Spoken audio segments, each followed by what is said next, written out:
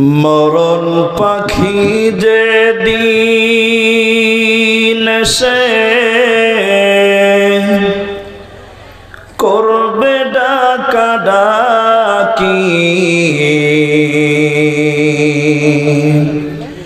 থেমে যাবে জীবন তোমার, বন্ধ হবে আখি। মরণ পাখি যেদিন সে করবে ডাকাডাকি, থেমে যাবে জীবন তোমার, বন্ধ হবে আখি। দুনিয়াতে আছো তুমি টাকা পয়সা নিয়ে, মরার পরে করবে দাফন সাদা কাফন দিয়ে।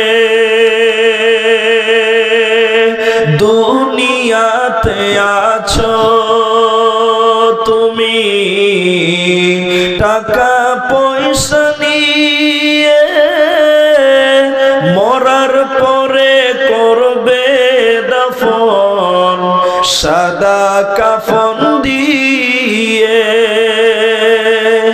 যাইবে তুমি খালি হাতে, থাকবে পরে সবে, থেমে যাবে জীবন তোমার, বন্ধ হবে আখি। ওরে মন, থেমে যাবে জীবন তোমার, বন্ধ হবে আখি। আপন ঝুরি কর ভারী, সময় যে আর নাই। মরণ পাখি দিলে রে ডাক, রবে না উপায়। খাঁচা ছেড়ে উড়ান দিবে, কেমনে ধরে রাখি। থেমে যাবে জীবন তোমার, বন্ধ হবে আখি। দুনিয়ারি রং তামাশায় আসো তুমি মেতে, এই দুনিয়া সারতে হবে পরকালে যেতে। জান্নাত জাহান্নামের কথা মনে আসে নাকি, থেমে যাবে জীবন তোমার, বন্ধ হবে আখি। মরণ পাখি যেদিন সে করবে ডাকাডাকি, থেমে যাবে জীবন তোমার, বন্ধ হবে আখি। থেমে যাবে জীবন তোমার, বন্ধ হবে আখি। উপস্থিত চলমান সভার সুযোগ্য সভাপতি, স্টেজে ওলামায়ে কেরাম, সামনে বসে থাকা দিনদার ইমানদার মমিন ভাই সকল, দুয়ার কান্টারি মুরব্বী সমাজ, স্নেহের কচিকাচা, পর্দার অন্তরালে বসে থাকা মমিনা সলেহা মা ও বোনেরা, প্রাণ প্রিয় কালিয়াবাসী রতুয়া মালদাবাসী সর্বাগ্রিসে এইভাবে দাও সর্বাগ্রিসে সে মহান আল্লাহ তাবারাক ওয়া তাআলার প্রশংসা জ্ঞাপন করি যে আল্লাহ তাবারাক ওয়া তাআলা আমাদেরকে এক ঈদগাহ কেন্দ্রিক আয়োজিত মাহফিলে বসিয়ে গুটি কয়েক কথা বলার এবং শোনার তৌফিক ইনায়াত করেছেন। সেই মহান মুনিবের দরবারে শুকরিয়া আদায় করি। আমরা সকলেই বলি আলহামদুলিল্লাহ। দরুদ ও সালাম বর্ষিত হোক শেরকারে কায়নাত তাজদারে মাদানী নবী কুল শিরোমণি ইমামুল আম্বিয়া নবী মক্কি নবী মাদানী নবী আহমদ নবী মুহাম্মদুর রাসূলুল্লাহ সাল্লাল্লাহু আলাইহি ওয়াসাল্লাম। আল্লাহুম্মা আমিন। আল্লাহুম্মা সাল্লি আলাইহি আল্লাহুম্মা বারিক আলাইহি। মোহতারাম ভাই ও আজিজ ও বুজুর্গ দোস্ত, আমি কোরআনুল কারীম দুই জায়গা থেকে দুটি আয়াত এবং হাদিসে নববী থেকে বুখারী এবং মিশকাত থেকে একটি হাদিসের টুকরো পাঠ করেছি। উল্লেখিত আয়াত এবং হাদিসকে কেন্দ্রবিন্দুর মধ্যে রেখে গুটি কয়েক কথা বলবো, যদি আল্লাহ তৌফিক দেন তো। আলাইহি তাওয়াক্কালতু ওয়া ইলাইহি উনীব। সম্মানিত উপস্থিতি, আমি কোরআনুল কারীমের আয়াতটার দিকে যাওয়ার পূর্বে আপনারা যিনারা এখন পর্যন্ত ধৈর্য ধরেছেন শুকরিয়া আদায় করছি আপনাদেরও, এবং তার সঙ্গে একটা ছোট্ট রিকোয়েস্ট করছি আপনাদেরকে, আবেদন আবদার করছি যে অন্তত 10টা মিনিট আপনারা কেউই উঠবেন না। 10 মিনিট পর মন চাইলে বসবেন, না হলে চলে যাবেন। কারণ বক্তব্য শুরুর আগেই যদি আপনি উঠে চলে যান তাহলে আমি বুঝতে পারবো না যে আপনি কেন চলে গেলেন। বক্তব্য শুরু হওয়ার পরে যদি চলে যান তাহলে বুঝতে পারবো যে আপনার বক্তব্য হাদিস কোরআন মোতাবেক মনে হচ্ছে না, তাই আপনি চলে যাচ্ছেন। যেহেতু ঘড়ির কাঁটায় প্রায় 12:15 বাজে, সেই সুবাদে আপনাদের একটু রিকোয়েস্ট করলাম। দ্বিতীয় আবেদনটা হচ্ছে যে আপনাদেরকে আমি কিছু কথা জিজ্ঞাসা করব, আপনারা উত্তর দেবেন। বলুন ইনশাআল্লাহ। উত্তর দেবেন তো?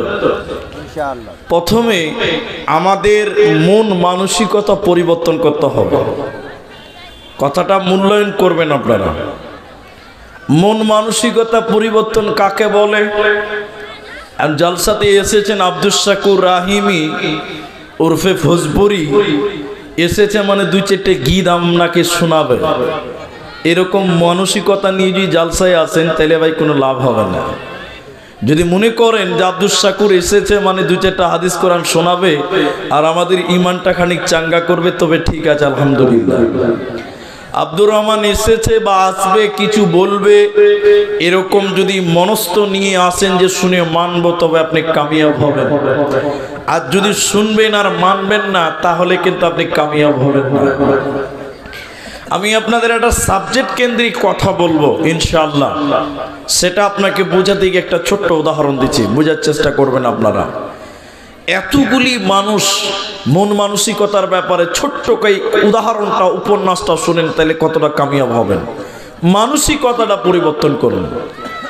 একজন ব্যক্তি, এটা দার্শনিকের কথা, আল্লাহকে বলছেন, সাধারণ ব্যক্তি, আল্লাহ আমি খুব বিপদে পড়েছি, আল্লাহ তুমি আমাকে একটু হেল্প করো। তো কি বিপদে পড়েছে? ওর 1 লাখ টাকার প্রয়োজন আছে, কিন্তু আল্লাহকে বলতে জানে না যে কিভাবে বলবে। সাধারণ লোক এটা চিঠি লিখেছে যে আল্লাহকে চিঠিটা দিব, কিন্তু আপনারা বলুন আল্লাহর কাছে কেউ চিঠি নিয়ে যেতে পারবে? বলুন আপনারা, বলুন পারবে না। এ সাধারণ লোক বলছে তাহলে কবিতরের পায়ে চিঠিটা বেঁধে দেই, উঠতে পারে, উড়তে উড়তে হয়তো আল্লাহর কাছে চলে যাবে। এটা তার মানসিকতা। কবিতর যখন পায়ে কাগজটা নিয়ে যাচ্ছে, বর্ডারে বিএসএফ দেখে নিয়েছে, কি ব্যাপার, কোনো গোয়েন্দা খবর মনে হয় কবিতার মাধ্যমে পাঠাচ্ছে। বিএসএফ কি করবে? গুলি করে কবিতরটাকে নামিয়েছে। চিঠিটা খুলে দেখছে যে একটা লোক বিপদে পড়ে 1 লাখ টাকার আবেদন করেছে, তার ঠিকানা অ্যাড্রেস দেওয়া আছে। বিএসএফ এরা বলছে লোকটা এত অসহায়, এরকম বিপদে পড়েছে, যাক আল্লাহর কাছে তো কোনোদিনই যাবে না, তা আমরাই কিছু বিএসএফ মিলে চাঁদা করে ওকে কিছু টাকা আমরা দিব। এবার বিএসএফ মনে করেন কিছু টাকা জোগাড় করেছে, মোটামুটি 50,000 টাকা কালেকশন করেছে, ওরা চাঁদা করেছে। এই 50,000 টাকা কালেকশন করে চিঠির অনুসারে ঠিকানাতে যে লোকটাকে জমা দিচ্ছে, লোকটা টাকা গুনে দেখছে 50,000। তখন কি বলছে দেখেন, বলছে আল্লাহ তোমার কাছে আমি 1 লাখ টাকা চাইলাম, তুমি দিলে। তো ফেরেশতার মাধ্যমে দিতা, পাখির মাধ্যমে দিতা, কিন্তু তুমি পুলিশ বিএসএফ এর কাছ থেকে দিলা। ওরা কত বদমাশ দেখো, 50,000 টাকা মেরে দিয়েছে। এটা হলো আমাদের মানসিকতা। এটা আমাদের কি বললাম, মানে আমরা মনে করি পুলিশ মানেই হয়তো এরকম ধান্দাবাজি। কথা বুঝতে পেরেছেন কেন না? এই জন্য আপনাকে মানসিকতাটা চেঞ্জ করতে হবে। এটা আপনাকে আমি প্রথম বললাম। আজকে আমার আলোচ্য বিষয় হলো জাহান্নাম। শুধুমাত্র জাহান্নাম কেন্দ্রিক কিছু কথা বলবো ইনশাআল্লাহ। তার আগে আপনাদের যে কথাটা বললাম যে মন মানসিকতা চেঞ্জ করেন, যে শুনবো আল্লাহর ভয়ে কিছু ইবাদতও করতে হবে। চলুন প্রথমে 2-4টা হাদিস আপনাকে শোনাই, যে কোন কারণে আল্লাহ কি শাস্তি দেবেন। একটা একটা করে হাদিস আপনি শুনেন, দেখেন আপনাকে ভালো লাগবে। নবীজি স্বপ্নে দেখছেন, আর নবীদের স্বপ্ন সত্য। রাবি আবু উমামা রাদিয়াল্লাহু তাআলা আনহু, দুটি ফেরেশতা নবীজিকে এসে বলছেন, ইয়া রাসূলুল্লাহ, ওই যে বিশাল উঁচু উঁচু পাহাড়, ওই পাহাড়ের দিকে আপনি চলুন, আপনাকে যেতে হবে, আপনি চলুন। নবীজি স্বপ্নে বলছেন, এত উঁচু জায়গাতে আমি যেতে পারবো না। তো ফেরেশতারা বলছে যে আমরা আছি, আপনাকে নিয়ে যাব, যাওয়ার ব্যাপারে অন্তত কোনো কনফিউশন করবেন না, আমরা আপনাকে নিয়ে যাব। মা বোন অ্যাটেনশন হন। নবীজি বললেন, দুটি ফেরেশতা নবীজিকে 2 কাঁধে ধরে নিয়ে যেতে লাগলো। যেতে যেতে যেতে যেতে হঠাৎ করে নবীজির কানে যেন কান্নার আওয়াজ ভেসে আসলো। কারা যেন কান্নাকাটি করছে, বেকোয়াট আওয়াজ করছে, আর্তনাদ করছে। কান্নার আওয়াজ যখন নবীজি পেলেন, নবীজি বললেন, বেকোয়াট আওয়াজ, আর্তনাদ করছে, বাঁচাও বাঁচাও বলে চিল্লাচ্ছে। আমি থাকতে না পেরে বললাম, জিবরাইল আমিন, তুমি বলো এরা কারা, কিসের কারণে তারা কান্নাকাটি করছে, বেকোয়াট আওয়াজ করছে, আর তনাদ করছে, তুমি বলো। জিবরাইল আমিন বলছেন, ইয়া রাসূলুল্লাহ, আপনি আরো আগে চলুন, আপনাকে জানানো হবে। নবীজি বললেন, আমি জাহান্নামের দিকে যখন আরো আগিয়ে গেলাম, যেতে যেতে যেতে যেতে কিছু মানুষকে আমি দেখতে পেলাম, ওদের পাগুলোকে আকাশের দিকে বাঁধা রয়েছে, তাদের পাগুলোকে আকাশের দিকে বেঁধে রেখেছে, আর তাদের মাথা মুখমণ্ডল যেন জমিনের দিকে রয়েছে। ওদের পাগুলো আকাশের দিকে বেঁধে রেখেছে, আর তাদের মাথা মুখমণ্ডল যেন জমিনের দিকে রয়েছে। মাথা মাটির দিকে থাকার কারণে ওদের মুখগুলো চিরে চিরে যেন রক্ত বার হচ্ছে, ওদের গালগুলো ফেটে ফেটে যেন রক্ত বার হচ্ছে।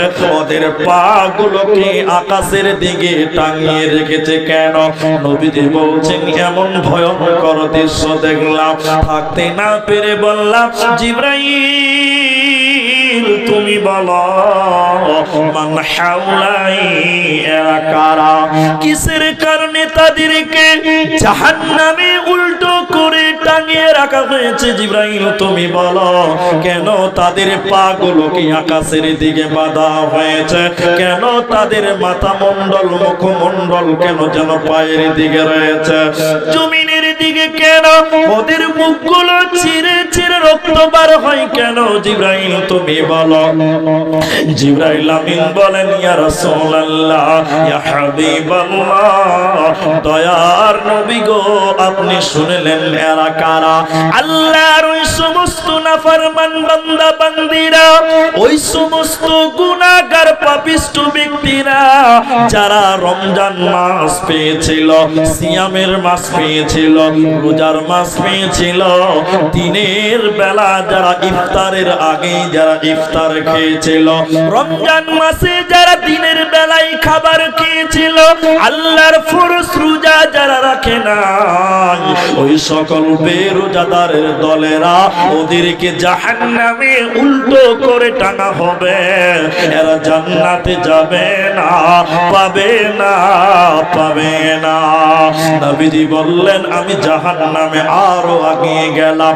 জাহান্নামের ভিতরে একটা নদী দেখতে পেলাম। ওই নদীটা কোনো পানি নাই, ওই নদীতে কোনো দুধ নাই, কোনো শরাব নাই।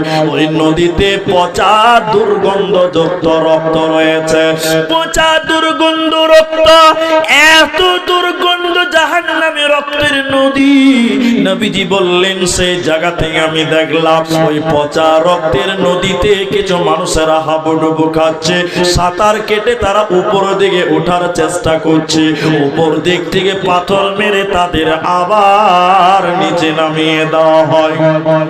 দুর্গন্ধ পচা রক্তের নদীতে হাবুডুবু খাচ্ছে। নবীজি আবার জিজ্ঞাসা করলেন ইয়া জিবরাইল, তুমি বলো এরা কারা? এদেরকে কেন জাহান্নামে রক্তের নদীতে চুবিয়ে রাখা হয়? এদেরকে কেন পচা রক্তের নদীতে জাহান্নামে ডোবানো হয়েছে? জিবরাইল তুমি বলো। জিবরাইল আমিন বলেন ইয়া রাসূলুল্লাহ, ইয়া হাবিবাল্লাহ, দয়ার নবী গো আপনি শুনলেন এরা কারা? আল্লাহর ওই সমস্ত নাফরমান বান্দা বান্দীরা যারা সুদের টাকা দিয়েছিল, সুদের টাকা নিয়েছিল, ওই সমস্ত সুদ খানেওয়ালা আর সুদ দেনেওয়ালা উভয়কে আল্লাহ জাহান্নামে রক্তের নদীতে চুবিয়ে রাখবে। এরা জান্নাতে যাবে না, পাবে না, পাবে না। অতএব যারা রোজা রাখবে না, যারা সুদের কারবার করবে, মরার পর আল্লাহ জাহান্নাম দিবে। মাথা ঢুকে মরে গেলেও জান্নাত দেবে না, পাবি না, পাবি না। বুঝিবে, বুঝিবে, বুঝিবে বান্দা হর, ওই তোরে বারে বারে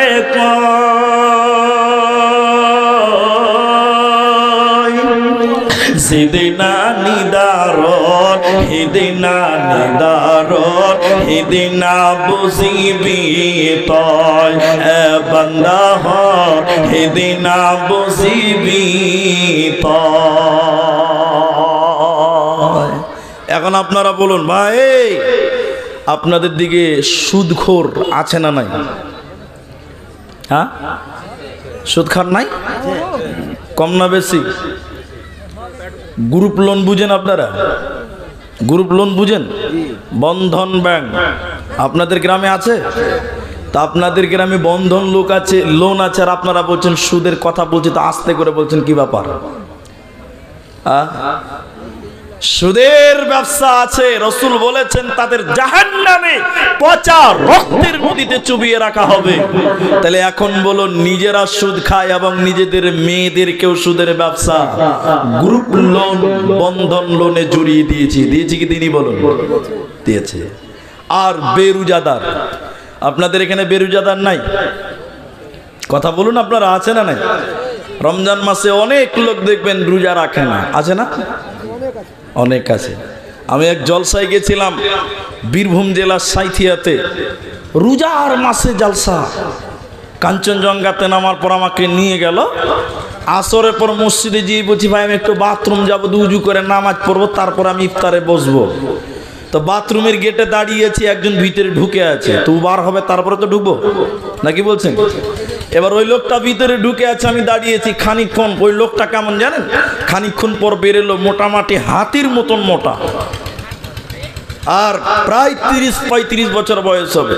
ও যখন বাথরুম থেকে বেরোলো, আমি ঢুকলাম, এত গন্ধ, গন্ধর কারণে পায়খানা করতে পারলাম না, মসজিদ থেকে পায়খানা থেকে বেরিয়ে গেলাম। আচ্ছা আপনারা বলুন তো, এই গন্ধটা কি পায়খানার গন্ধ না বিড়ির গন্ধ? বিড়ির গন্ধ। রমজান মাসে মসজিদে আসরের পর মসজিদের পায়খানাতে বসে বসে বিড়ি খায়, এরকম বিড়িখোর আপনাদের দিকে নাই? নাই? রমজানে বিড়ি খায় এরকম লোক নাই? আল্লাহু আকবার। রোজা রাখে না, রমজান মাসে বিড়ি খায়। আল্লাহর নবী বলছেন যারা ইফতারের আগে খাবার গ্রহণ করে ওদেরকে জাহান্নাম যেতে হবে, তাদের কোনো উপায় নাই। দ্বিতীয় নম্বর হাদিস শুনলেন জাহান্নামের ব্যাপারে। আল্লাহর নবী বলছেন, মুসলিমের বর্ণনা, দুই শ্রেণী মানুষ জাহান্নাম যাবে। নবীজি বলছেন আমি নবীজি তাদেরকে দেখি নাই। এর মানে হচ্ছে নবীজির জামানায় তারা ছিল না। দুই প্রকার মানুষ জাহান্নাম যাবে কারা? একজন নবীজি বলছেন এক শ্রেণী হলো মহিলা, নিসাউন কাসিয়াতুন আরিয়াতুন মুমিলাতুন মাইলাতুন। এক শ্রেণী মহিলা তারা জাহান্নাম যাবে। বিশ্ব নবী বলছেন আমি তাদেরকে দেখি না। এর মানে তারা নবীজির জামানায় ছিল না। নবীজির জামানায় সেরকম মেয়ে ছিল না যারা জাহান্নাম যাবে, জান্নাত যাবে না। ওরা কেমন মহিলা? ওরা কেমন মহিলা? ভালো করে শোনেন মা বোন, কান করে শোনেন। নবীজি বললেন তারা কাপড় পরবে, এরপরও তারা উলঙ্গ। কাপড় পরবে, এরপরও তারা বিবস্ত্র।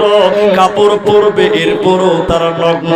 কাপড় পরার পরে যারা ল্যাংটা, ওই মেয়েরা জাহান্নাম যাবে, জান্নাতে যাবে না, পাবে না। এখন আপনারা বলুন, কাপড় পরার পরও মহিলা ল্যাংটা উলঙ্গ, একথা নবী বলছেন। আচ্ছা ওই রকম মেয়ে আপনাদের এইসব এলাকাতে আছে? আছে না? আপনারা বলুন আছে কিনা বলুন। আছে। এদিকে দেখেন, এদিকে এদিকে দেখেন। আপনার মেয়েরা দেখবেন এখান থেকে এই পর্যন্ত ব্লাউজ পিনে, তার নাম হলো হাফ হাতার ব্লাউজ। পড়ে তো? হ্যাঁ না বলুন। আপনারা বলুন একটু, হাফ হাতার ব্লাউজ পড়ে না? ফুল হাতার ব্লাউজ কোনো মেয়ে ছেলে এখন আর পড়ে না, সবাই এখন হাফ হাতা ব্লাউজ। আপনাদের জিজ্ঞাসা করছি মুখটা খুলে বুঝাবার জন্য, হাফ হাতার ব্লাউজ পরে যদি কোনো মেয়ে 12 হাতের শাড়ি কাপড় পরে, তাহলে ওই মেয়েটার পিঠ এবং প্যাট দেখতে পাওয়া যাবে কি যাবে না? যাবে না? হাফ হাতার ব্লাউজ পরে যদি আপনার শাড়ি পরেন, তাহলে মেয়েটার পিঠ এবং প্যাট দেখতে পাওয়া যাবে। তাহলে কোনো মেয়ে যদি প্যাট এবং পিঠ দেখায়, তাহলে এটা কি দেখা যায় যাচ্ছে না না যায়? না যায়। তাহলে নবী বলছেন কাপড় পরার পরও উলঙ্গ। এখন আপনার মেয়েটা হাফ হাতার ব্লাউজ, আপনার বিবি শাড়ি কাপড় কিনেছে, কিন্তু আপনার বিবির প্যাট দেখতে পাওয়া যায়, পিঠ দেখতে পাওয়া যায়। তাহলে নবী বলছেন কাপড় পরার পরও উলঙ্গ। এখন এই মেয়েরা উলঙ্গ হলো কি হলো না বলুন? হলো না? হাদিসটা বলছিলাম বালুরঘাট পতিরাম। মেয়েরা বুকুচু করে দাঁড়িয়ে বলছে মুলি সাহেব আজ থেকে তাইলে আর শাড়ি কাপড় পিনবো না, কারণ শাড়ি কাপড় পিনলে তো প্যাট আর পিঠ দেখতে পাবে। তো কি পিনবে? বলছে তাইলে আজ থেকে আমরা ম্যাক্সি পরবো। ম্যাক্সি বুঝেন তো আপনারা? নাইটি, নাইটি, নাইটি বুঝেন না? নাইটি পরবো, ম্যাক্সি পরবো, তাইলে আর কেউ প্যাট আর পিঠ দেখতে পাওয়া যাবে না। খুব ভালো, এটাই পরো। মেয়েরা ম্যাক্সি পরতে লাগলো, নাইটি পরতে লাগলো। দেওবন্দিদের প্রোগ্রাম। পরের বছর আবার ওই মসজিদে গেছি জালসা করতে। মসজিদের ইমাম সাহেব, হাফেজ সাহেব মানুষ আমাকে বলছে হুজুর আপনার কথা শুনে আমাদের এলাকার মেয়েরা সবাই ম্যাক্সি পরছে, নাইটি পরছে, কিন্তু দুঃখের কথা কোন মেয়ে আর মাথায় উড়না দেয় না। কি লাভ হবে? কোনো লাভ হবে? ম্যাক্সি পড়েছে, মাথা যদি দেখতে পাই, পা যদি দেখতে পাওয়া যায়, ম্যাক্সি পরে বেড়াই, ঘুরে শরীর থাকে ঢাকা। বলো দেখি ও বন্টি মাথা কেন ফাঁকা? আরো অনেক বন্টি বলেন আমি বড় সতী, পরপুরুষের মুখ দেখি না বাড়ির রাখাল হতে। বলবো কি আর দুঃখের কথা, আপন কি বাপর, হিলে দুলে ঘুরছে বুবু, খুঁজছে যেন বর। বলবো কি আর দুঃখের কথা, বলতে নাহি যাও, হঠাৎ শুনি বন্টি আমার একটা ছেলের মা।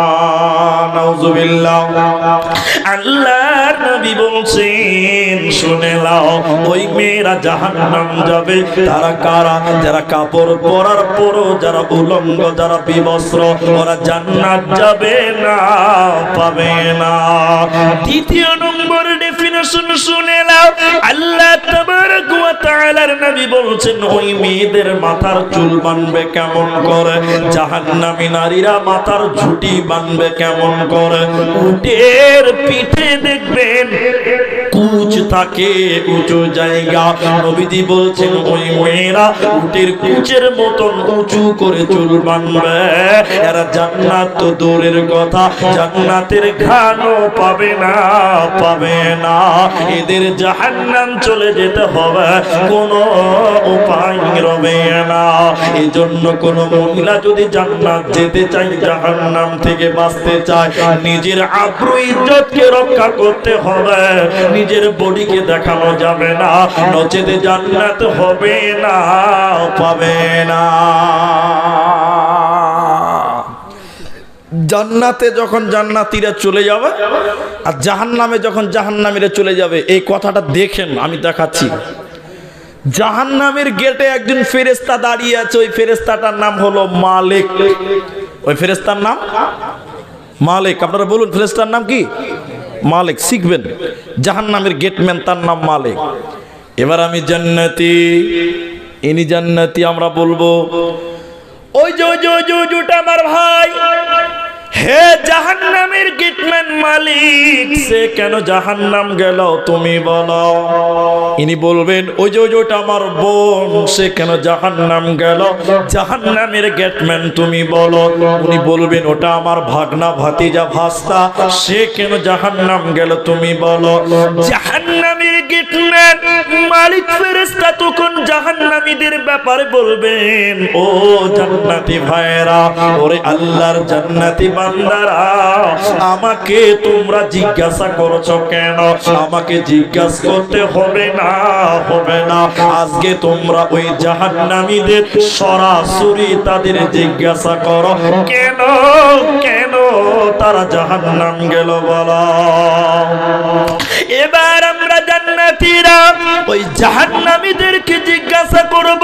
কোরআন সূরা মুদ্দাসসিরের 40 নম্বর আয়াতটা খুলে দেখুন, একসঙ্গে পেয়ে যাবেন। আল্লাহ বলছেন আমরা জান্নাতীরা জাহান্নামীদেরকে যখন জিজ্ঞাসা করব, ইয়াতাসাআলুনা আনিল মুজরিমিন, মুজরিমদের ব্যাপারে যখন প্রশ্ন করা হবে, মা সালাকাকুম ফি সাকর, কিসের কারণে তোমরা জাহান্নাম গেলে বলো, কিসের কারণে আল্লাহ তোমাদের জাহান্নাম দিল বলো।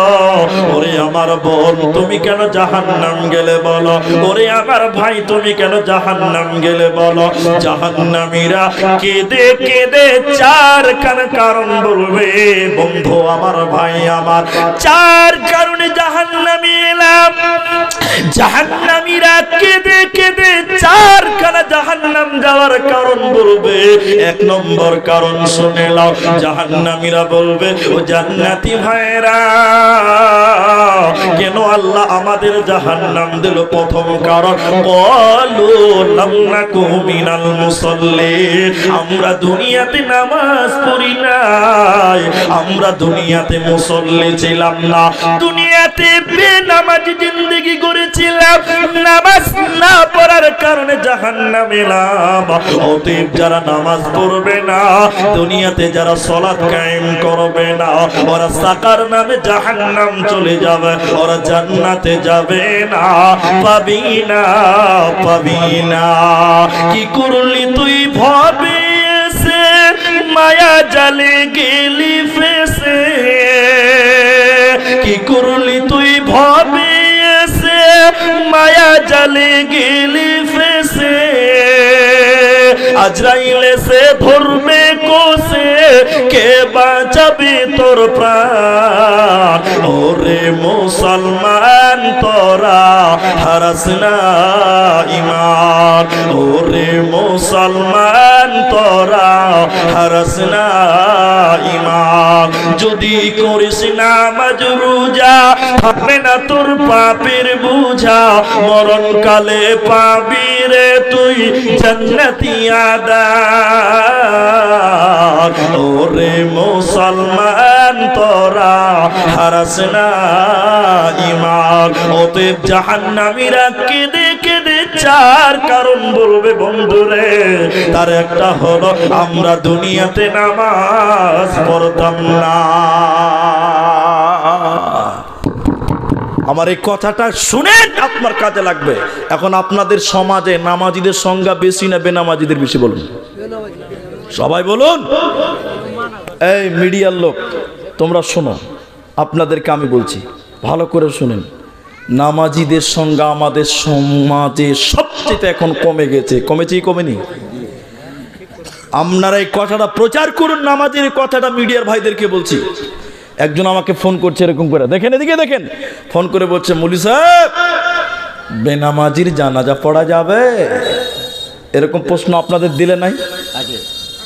এদিকের লোক কথা বলে না, খুব মুশকিল তো বাবা। আপনাদেরকে জিজ্ঞাসা করে না, বলা বলি করে না বেনামাজির জানাজা পড়া যাবে না? আমি মৌলভীকে জিজ্ঞাসা করছি মৌলভী সাহেব ফতোয়া দেন বেনামাজির জানাজা পড়া যাবে? তাহলে আমি বলছি শোনো এই কথাটা। তখন আমি বললাম আমি তো ফতোয়া দিতে পারি না, তবে আমি জলসা করতে পারি। বলছে না আপনার কাছ থেকে আমরা এই ফতোয়াটা নিব, আপনি বলুন। আমরা 3-4 জন আছি, মোবাইলে লেগে আছে। তখন আমি বললাম শোনো এই ফতোয়া আমি সরাসরি হাদিস থেকে দিতে পারবো না, তবে বড় বড় বিদ্বানদের বই থেকে তোমাকে ফতোয়াটা শোনাতে পারবো। তখন বলছে হাদিস থেকে পারবেন না কেন? তখন আমি বললাম রসুলের জামানায় একজন মুসলমান বেনামাজি ছিল না। কথা হ্যাঁ না বলুন, আমার কথা একমত হবেন কিনা? রসুলের জামানায় একটা মুসলমান বেনামাজি ছিল না। ছিল? ছিল না। তাহলে এই মশলাটা আমি হাদিস থেকে দিব কি করে? কি করে দিব বলুন যে বেনামাজি জানাজা হবে না? রসুলের জামানায় বেনামাজি মুসলমানই ছিল না। তবে শোনেন, ওলামাদের ফতোয়া হচ্ছে ইমাম আবু হানিফা বলেছেন নামাজ না পড়লে তাকে 20 বছর জেল দিতে হবে। ক বছর বলুন বলুন? 20 বছর। ইমাম আহমদ ইবনে হাম্বল রাহিমাহুল্লাহ তিনি বলেছেন তাকে কাফির হওয়ার কারণে তাকে হত্যা করতে হবে এবং তাকে মুসলমানদের কবরস্থানে দাফন করা যাবে না। সুবহানাল্লাহ বলুন। এত কঠিন ফতোয়া দিয়েছেন।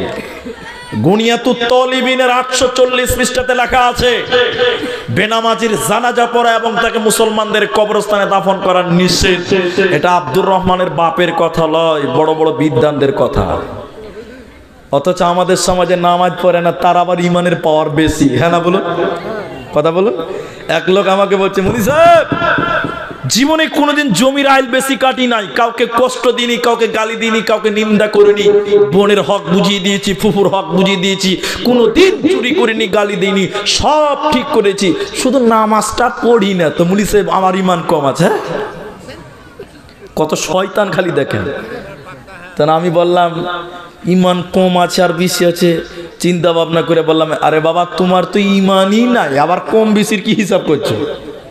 কথা বুঝতে পারছেন কি না? যে লোক নামাজ পড়ে না ওর আবার কিসের ইমান আছে? আর একটা কথা বলছি ভাই, কথাগুলো খুব মূল্যায়ন করেন আপনারা। এখন ইমাম সাহেব কে মসজিদের? ইমাম সাহেব কে আছে?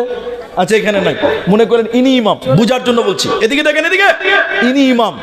এই গ্রামটার নাম কালিয়া। কালিয়া। এই ইমাম সাহেবকে বলছি ভাই আপনাদের কালিয়াতে মুসলমান পুরুষের সংখ্যা কত? ইনি বললেন 5000। একটু মহব্বতের সঙ্গে বলেন কত বললাম? সবাই বলুন বাপ। 5000। ইনি বলছেন 5000। আমি বললাম ফজরের সময় মসজিদে আসে কজন? উত্তর কি দিবে? 5টা। কটা? 5টা। মুসলমান কত বললাম? 5000। আর নামাজি কটা বললাম? ফজরে 5টা। এলো আমরা মুসলমান। এবারে এদিকে দেখেন, রসুলের একটা সাহাবীকে এরকম দাঁড় করান, আমি এটা বুঝাবার জন্য বলছি।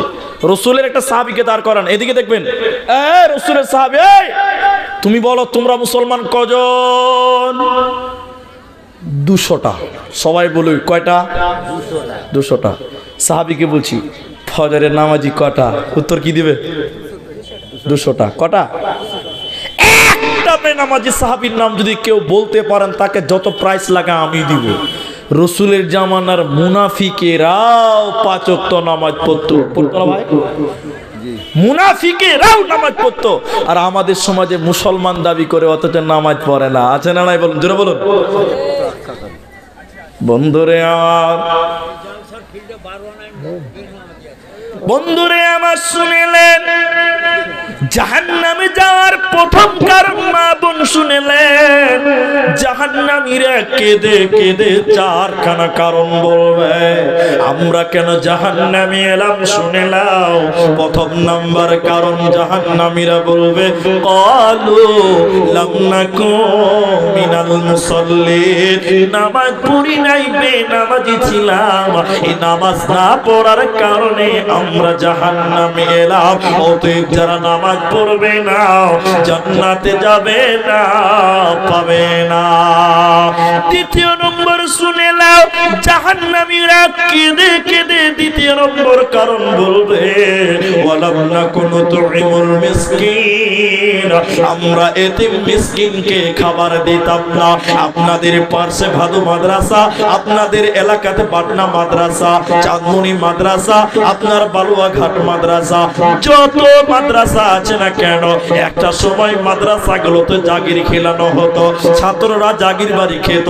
অনেক জায়গায় দেখতাম লোকেরা জাগির খিলাতো না, মাদ্রাসা দিয়ে এতিমের বাচ্চারা, মিসকিনের বাচ্চারা, গরিবের বাচ্চারা, আর সেখান থেকে মানুষের বাড়ি জাগির খেতে যেত।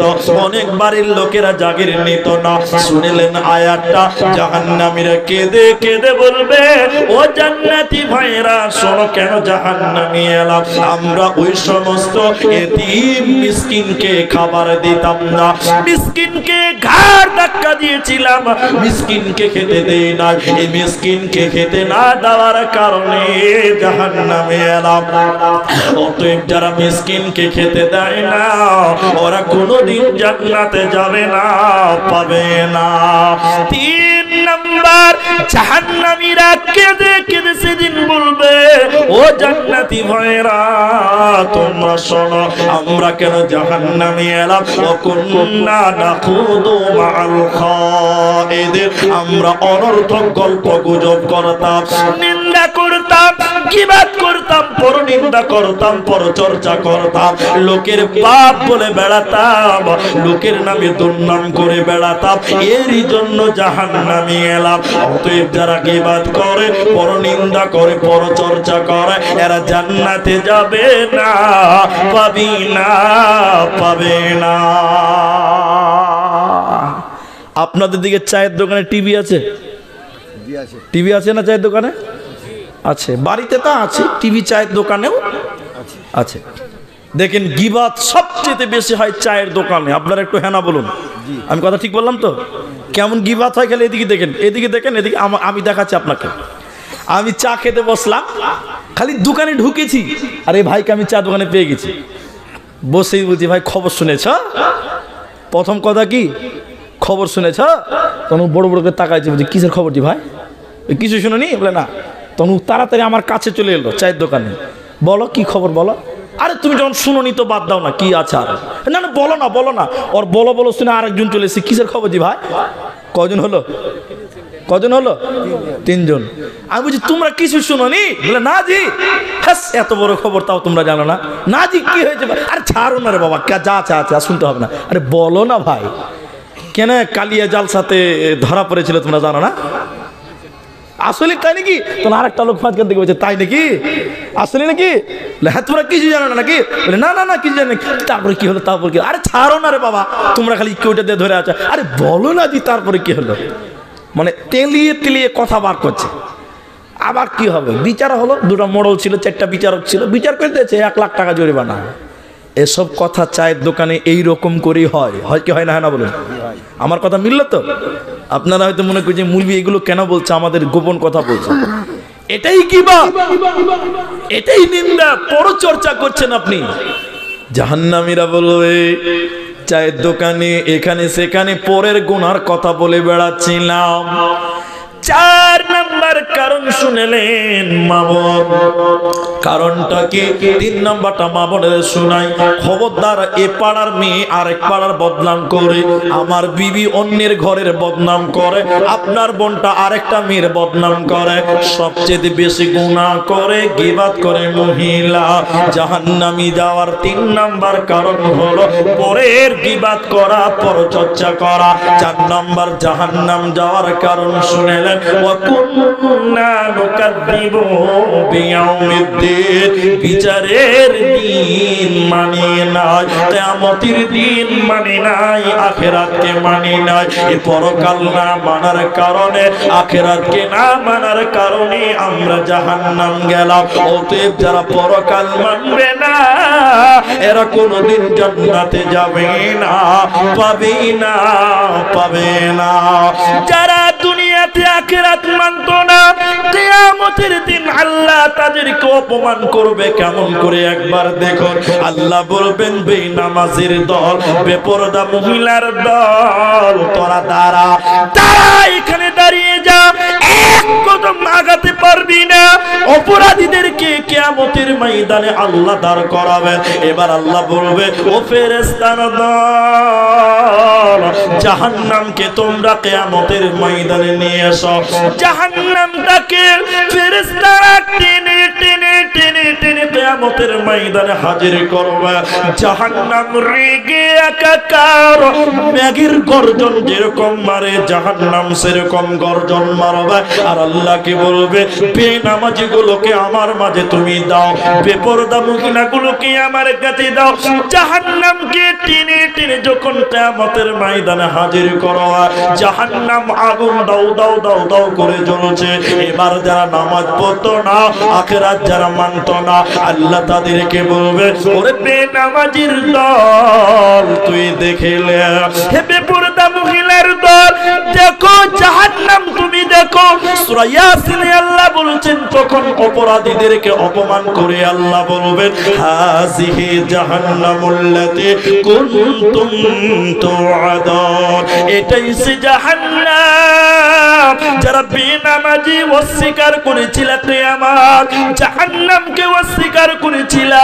দেখে নাও জাহান্নাম দাও দাও দাও দাও করে জ্বলছে। এটাই সেই জাহান্নাম যেটার ব্যাপারে তোমাদেরকে দুনিয়াতে ওয়াদা দেওয়া হয়েছিল, তোমরা পরকাল মানতে না, তোমরা জাহান্নামকে মানো না। এটাই সেই জাহান্নাম, রেডি হয়ে যাও, সেদিন পালাবার উপায় রবে না, রবে না, রবে না। সেদিন জাহান্নাম চলে যেতে হবে, কোনো উপায় রবে না, এরই নাম জাহান্নাম। এবার কোরআন, আমার এই আয়াতগুলো শুনেন, তাফসীর করতে শুরু করবে একটা একটা করে, একবার এক দিক থেকে শুনবেন আপনারা, কেউ অমনোযোগী হবেন না। কোরআন খুলবেন, সূরা নাবা, আম্মা পাড়ার প্রথম সূরা, সূরা নাবা 20 নম্বর আয়াত থেকে শুরু করেন, আপনি পেয়ে যাবেন জাহান্নাম কাকে বলে, জাহান্নামের শাস্তি কেমন, জাহান্নামীদের খাবার কেমন, সম্পূর্ণ বিবরণ পেয়ে যাবেন। একটু লক্ষ্য করবেন, আল্লাহ তাবারাক ওয়া তাআলা বলেন, ইন্না জাহান্নামা কানাত মিরসাদা।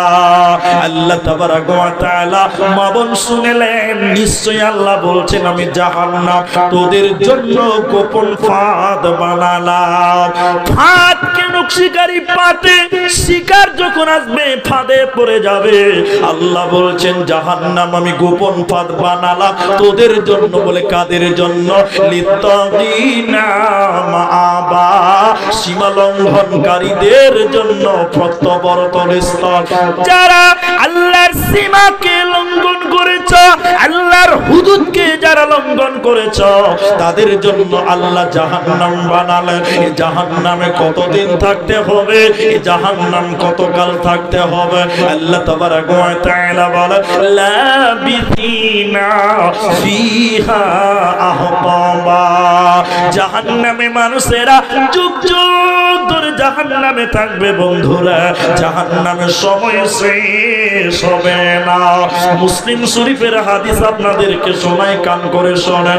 আল্লাহর নবী বলছে, জান্নাত এবং জাহান্নাম মধ্যখানে একটা ফাঁকা ময়দান আছে। ওই ফাঁকা ময়দানে আমার আল্লাহ একটা পশুকে কানে ধরে টেনে টেনে টেনে টেনে নিয়ে আসবেন। ওই পশুটা উট না, দুম্বা না, ভেড়া না গরু না ছাগল, আজীব রকমের একটা প্রাণীকে আল্লাহ জান্নাত জাহান্নামের মাঝখানে নিয়ে আসবে। একটা চাকু নিবে, ছুরি নিয়ে আল্লাহ পশুটাকে জবাই করে দেবে। জবাই করে দেওয়ার পর আল্লাহ তাবারাক ওয়া তাআলা বলবে, ও জান্নাতীরা, তোমরা বলতে পারবে আমি আল্লাহ কি জবাই করলাম তোমরা জানো? জান্নাতীরা বলবেন, আল্লাহ আপনি ভালো জানেন, আমরা জানি না। এরপরে আল্লাহ বলবে, ও জাহান্নামী রে, তোরা বল আমি কি জবাই করলাম তোরা জানিস কে? জাহান্নামীরা বলবে, আল্লাহ আপনি ভালো জানেন, আমরা জানি না। এবার আল্লাহ তাবারাক ওয়া তাআলা বলবে, ও জান্নাতী রে, আমি যে পশুটাকে জবাই করলাম এই পশুটার নাম মরণকে জবাই করে দিলাম। জান্নাতীরা জান্নাতে চিরসুখে বাস করো, আর জান্নাতে মরণ হবে না, হবে না। কেন? আমি মরণকে জবাই করে দিলাম। এরপরে আল্লাহ বলবে, ও জাহান্নামী রে, আমি মরণকে জবাই করে দিলাম, আর জাহান্নামী তোদের মরণ হবে না।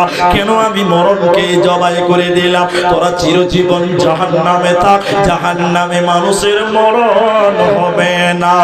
আল্লাহ বলছে, জাহান্নামে কতদিন থাকতে হবে শুনে নাও, যুগ যুগ ধরে থাকবো না। আল্লাহ বলছেন, তোরা আখিরাতকে ভুলে যাবি না। তোরা যদি আখিরাতকে ভুলে যাস, আমি আল্লাহ তোদের জাহান্নাম দেব, বাঁচার উপায় রবে না। দ্বিতীয় নম্বর জাহান্নাম যাওয়ার কারণ, ওয়াকাযযাবু বিআয়াতিনা কিযাবা, তারা আল্লাহর আয়াতকে, কোরআনকে তারা মিথ্যা। নবীর যুগের মেয়েরা হাতের কানের গয়না খুলে দান করেছিল।